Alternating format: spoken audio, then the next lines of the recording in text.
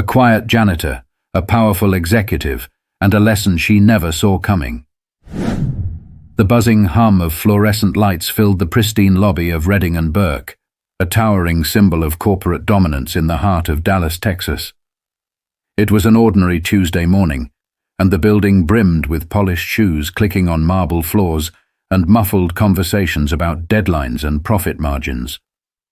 Among the hurried crowd, a man named Franklin quietly pushed his janitorial cart, his presence as unassuming as his neatly pressed grey uniform. Few ever looked him in the eye, and fewer still knew his name. Franklin, in his early 60s, moved with a quiet efficiency that belied a lifetime of experience. His eyes carried wisdom, though he rarely spoke beyond a polite "good morning" or "excuse me." To most employees he was just part of the scenery, a fixture in the background who emptied trash bins and wiped down desks. But Franklin saw everything. He listened. He noticed. And this morning, like clockwork, the day's chaos was about to begin. Upstairs in her corner office, Charlotte Bennett, the chief operating officer of Redding and Burke, was in her element. Draped in a designer suit, with perfectly styled blonde hair, she exuded confidence and control. To her colleagues, she was a powerhouse. To her subordinates, she was unapproachable, a storm waiting to happen. Charlotte had built her reputation on being relentless, but with that came a streak of arrogance and a blind spot for those she deemed beneath her. Franklin's day was uneventful until the moment he wheeled his cart onto the 18th floor. The air felt heavier there, not physically, but with an energy that was hard to ignore. Employees rushed past him, some whispering, others avoiding eye contact. Then, Charlotte's voice cut through the noise like a whip. She was on the warpath, and Franklin was about to be in her line of fire. But what she didn't know was that this quiet janitor wasn't as invisible as she thought. Franklin kept his head down, focusing on wiping the smudges off the glass panels near Charlotte's office. He could hear her voice, sharp, commanding, and tinged with irritation. "Why is this still sitting here?" Charlotte snapped, pointing at a small pile of recycling bins stacked awkwardly by the hallway corner. A junior assistant stammered an apology, fumbling with her tablet as Charlotte waved her off with an impatient gesture. "Get it together or you'll be packing your desk by the end of the day." Franklin didn't look up, but he felt the weight of her presence as she approached. He adjusted the angle of his cart, ensuring it wouldn't block the path. Yet, it wasn't enough. "Excuse me," she barked, her heels clicking to a halt beside him. Franklin straightened up, his cloth still in hand. "This cart has been sitting in the same spot for 5 minutes. Are you planning to move it, or are you just here to hold up progress?" He turned to face her, his expression calm. "I was just finishing up the panels, ma'am. I can move it right away." Her eyes narrowed. "Ma'am, do I look like someone who needs you to call me that? What I need is for you to do your job properly. This is a workplace, not a parking lot for your cart." Around them, a few employees dared to glance over, their curiosity outweighing their fear of being caught eavesdropping. Franklin's composure didn't falter, though his grip on the cloth tightened slightly. "I'll take care of it right now," he replied evenly. Charlotte wasn't finished. She stepped closer, her voice dropping to a mocking tone. "I've seen your type before. You clock in, do the bare minimum, and expect a paycheck at the end of the week. But you're in my building, which means I expect better. Understand?" The room seemed to hold its breath. Franklin didn't respond right away, which only fueled Charlotte's frustration. "Well?" she pressed. "Yes, ma'am," he said finally, his tone polite but firm. He moved his cart down the hall without another word, the echo of her scorn still ringing in the air. Charlotte turned on her heel, satisfied she had made her point, and stormed back into her office. But the looks exchanged by the staff told another story. They'd witnessed yet another example of her condescension, and this time, the target had been someone who didn't deserve it. But Franklin wasn't angry, at least not in the way most would expect. Instead, he felt something deeper stirring, a quiet resolve that Charlotte would soon come to regret. The hum of the office resumed, as Charlotte disappeared into her glass-walled sanctuary, leaving the employees to exchange hushed comments. Franklin continued down the hallway, his cart rolling quietly over the polished floors. He wasn't one to let moments like this linger, at least not outwardly. But inside, a different story played out. Franklin wasn't just a janitor. In a previous life, he had been a professor at the University of Texas, teaching economics and business strategy. His career had been full of achievements, from authoring well-regarded papers to mentoring students who now held prominent positions across the country. But after retirement, he found himself restless. The thought of staying idle didn't sit well with him, so he took up this janitorial job, a role he found oddly grounding. What no one in the building realized was that Franklin still carried the sharp mind and discerning eye of a professor. He had an uncanny ability to observe, process, and understand the intricacies of any environment he entered. And in this corporate setting, he'd pieced together more about Redding and Burke than even some of the senior staff knew. Charlotte's arrogance had drawn his attention long before today's incident. Franklin had overheard more than a few conversations among executives and employees about her poor financial decisions. She had approved costly, unnecessary projects that drained resources and micromanaged teams into inefficiency. Whispers about the company's declining performance often circulated, but no one dared challenge Charlotte. Her temper and connections ensured silence. Today, as Franklin cleaned an empty conference room near the executive suites, he found his thoughts returning to the humiliation in the hallway. He wasn't angry for himself. He'd been through worse in his lifetime. But he couldn't ignore how Charlotte's behavior affected the workplace as a whole. As he replaced a trash liner, he heard voices filtering through the door. The thin walls did little to muffle the conversation inside the adjacent boardroom.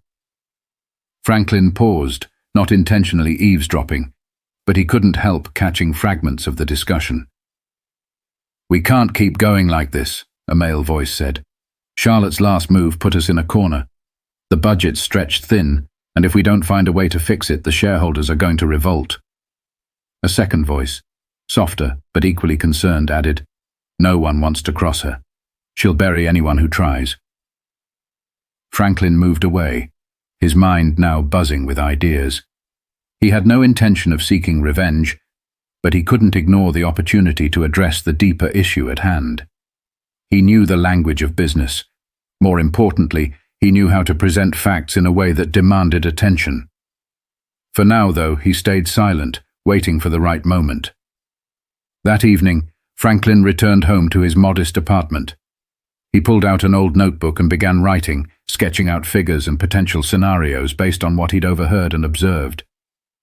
His hands moved with precision, just like they had during his teaching days. By the time he closed the notebook, a plan had taken shape. But Franklin wasn't looking for personal gain. He wanted something far more valuable, to remind people like Charlotte that power didn't excuse arrogance, and wisdom didn't always wear a suit. The day of the monthly executive meeting arrived. The tension in the building was palpable as department heads filed into the grand conference room on the 20th floor.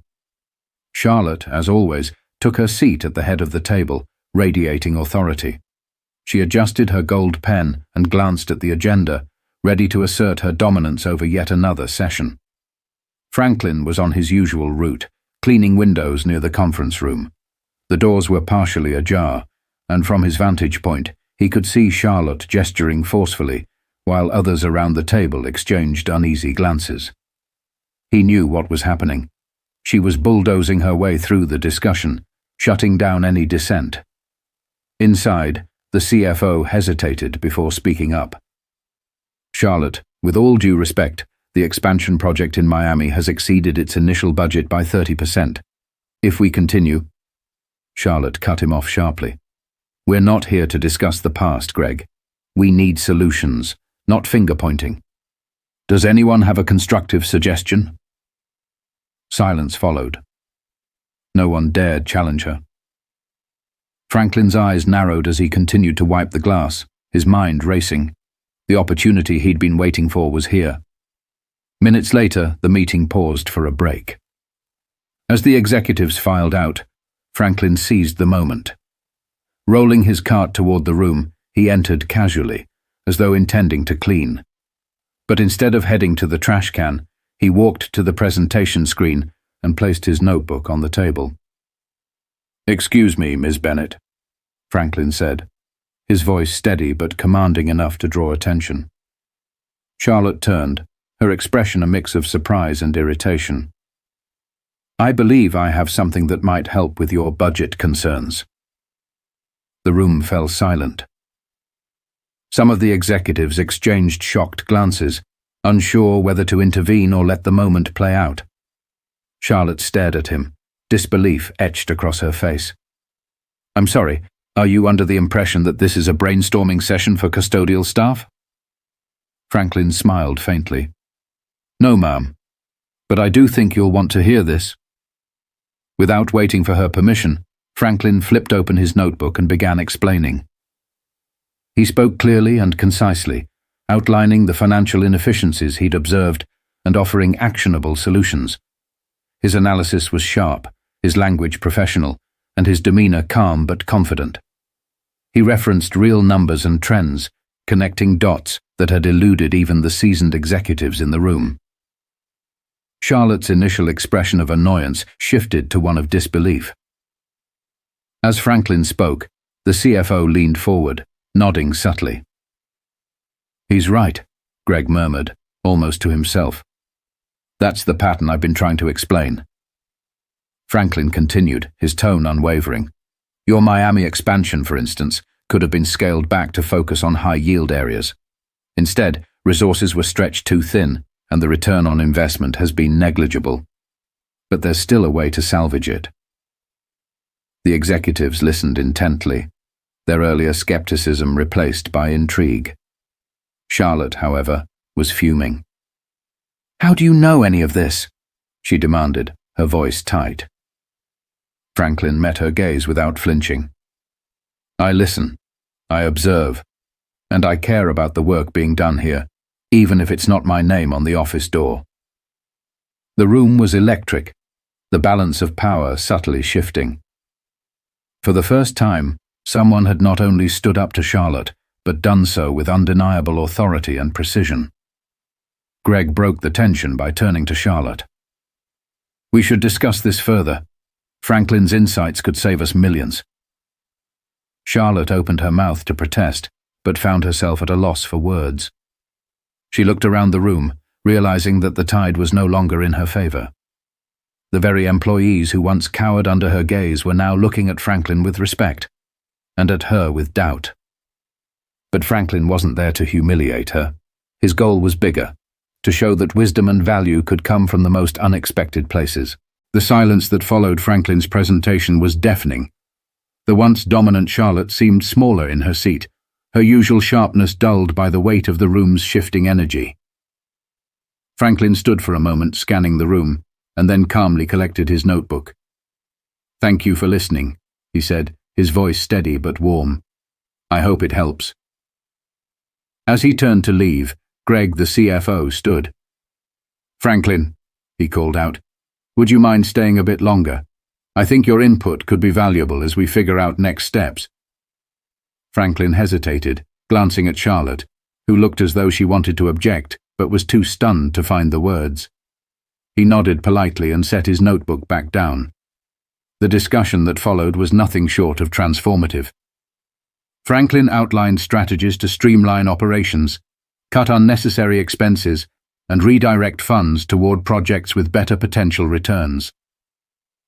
His insights, grounded in years of teaching and practical experience, were met with nods and notes from the executives.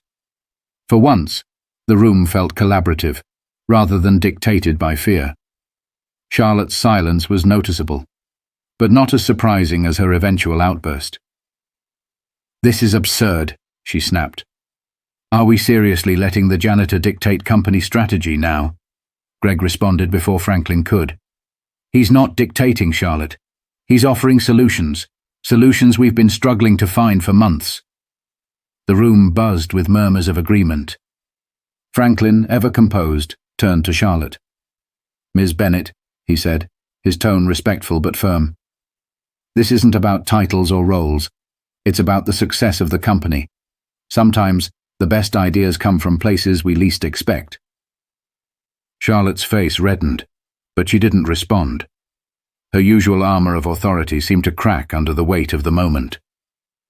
When the meeting finally ended, Franklin was approached by several executives, each thanking him for his contributions. Some shook his hand, others asked questions, eager to learn more about his background. Franklin answered humbly, emphasizing his desire to see the company thrive. Charlotte, however, stayed behind.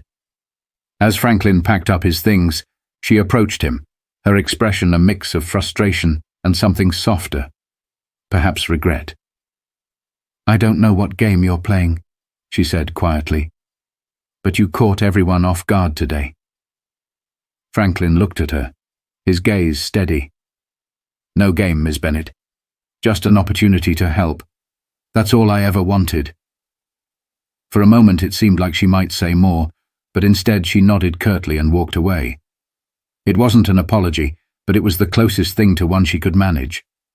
But the day wasn't over for Charlotte, or Franklin. This encounter had set something much larger in motion, and neither of their lives would remain the same.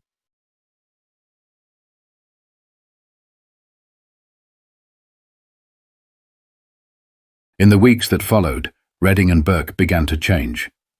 Franklin's insights had not only saved the Miami expansion, but also spurred a company-wide reassessment of priorities.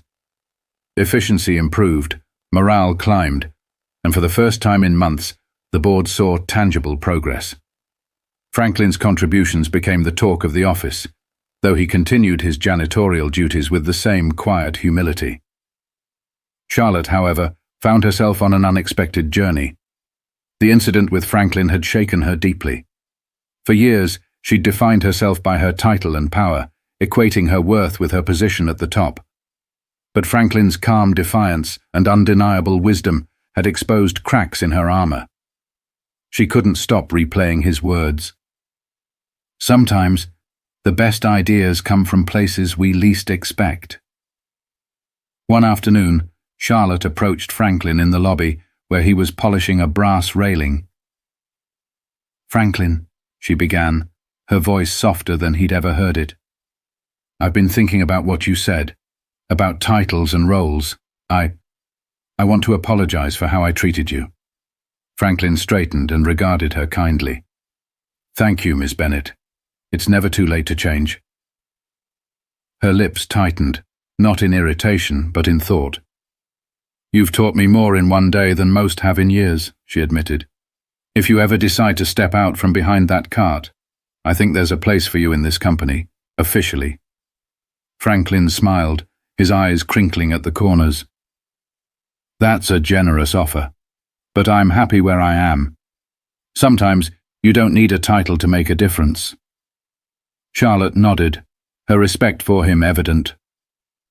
As she walked away, she carried with her the first inklings of humility, a seed planted by a man she'd once dismissed without a second thought. The story of Franklin and Charlotte spread throughout the company, becoming a reminder of the importance of respect, humility, and the value of every individual, regardless of their role.